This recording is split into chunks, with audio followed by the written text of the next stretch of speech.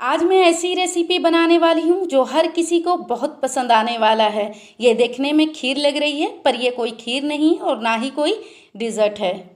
और इसका टेस्ट बहुत ज़्यादा है, यानी स्वाद से भरपूर है और सेहत का ख़जाना है। तो चलिए रेसिपी को शुरू करते हैं।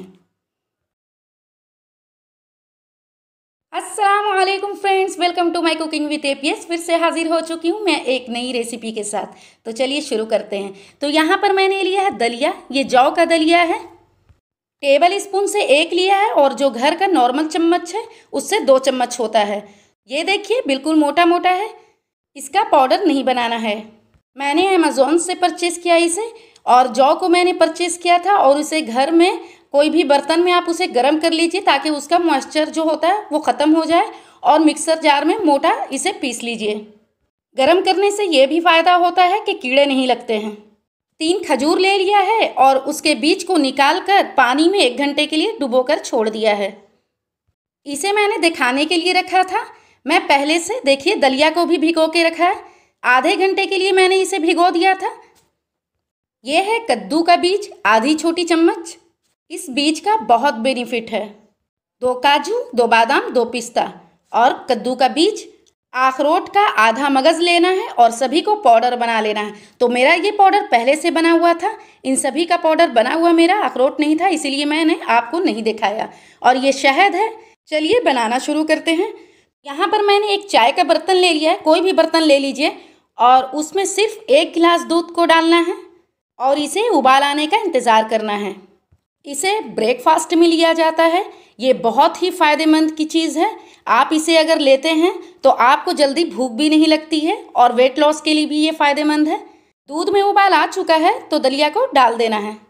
अब इसे चलाते हुए पकाना है। ये तले में बहुत जल्दी लग जाता है। फ्लेम को बिल्कुल स्लो रखना है, ये बहुत जल्दी गाढ़ा हो जाता है। अब इसमें खजूर डाल देते हैं। अब ड्राई फ्रूट का जो पाउडर बना के रखा है उसे इसमें डाल देते हैं। अब इसे चलाते हुए पकाना है। घर में अगर कोई बीमार है या छोटा बच्चा है, बीमार लोगों को अगर इसे 15 दिन भी खिला दीजिए तो बहुत ज़्यादा ताकत मिलती है और बच्चों के ग्रोथ के लिए ये बहुत फ़ायदेमंद है।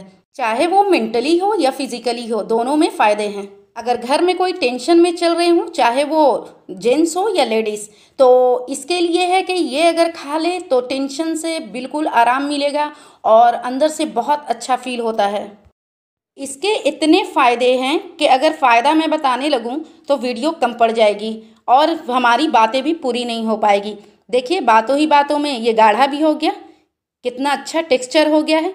तो जो खजूर हमने इसमें डाला है उसे मैश करते हुए बनाना है ताकि बिल्कुल वो लिक्विडी फॉर्म में हो जाए। अब इसमें 1 छोटी चम्मच शहद ऐड कर रही हूँ। अगर आपको मीठा ज़्यादा पसंद है तो थोड़ा सा ज़्यादा ऐड कर लें। जब इसका टेक्सचर इस तरीके का हो जाए तो गैस का फ्लेम ऑफ कर देना है। इसे ठंडा नहीं खाया जाता है, थोड़ा गुनगुना हो जाए तो इसे खा लें। अब इसे डिश आउट कर लेती हूँ। मैं तो इसे हमेशा ब्रेकफास्ट में लेती हूँ और ये बहुत ही टेस्टी और बहुत मज़ेदार लगता है खाने में। ये सेहत का ख़जाना है, आप लोग इसे ब्रेकफास्ट में ज़रूर रखें। कटे हुए पिस्ता को मैंने डाल दिया है। ये 1 पर्सन के लिए काफ़ी होता है। अगर आपको ज़्यादा बनाना है तो हर चीज़ को डबल कर लें। अगर आपको ड्राई फ्रूट की रेसिपी चाहिए तो कमेंट्स में ज़रूर बताएं। हाँ, एक बात और, इसे खाने से वेट गेन भी नहीं होता है क्योंकि इसे जब खाते हैं तो काफ़ी टाइम तक पेट भरा भरा होता है। अगर हमारी वीडियो अच्छी लगे तो लाइक कीजिए, दोस्तों के साथ शेयर कीजिए। अगर चैनल पर नए हैं तो प्लीज़ मेरे चैनल को सब्सक्राइब ज़रूर कीजिए।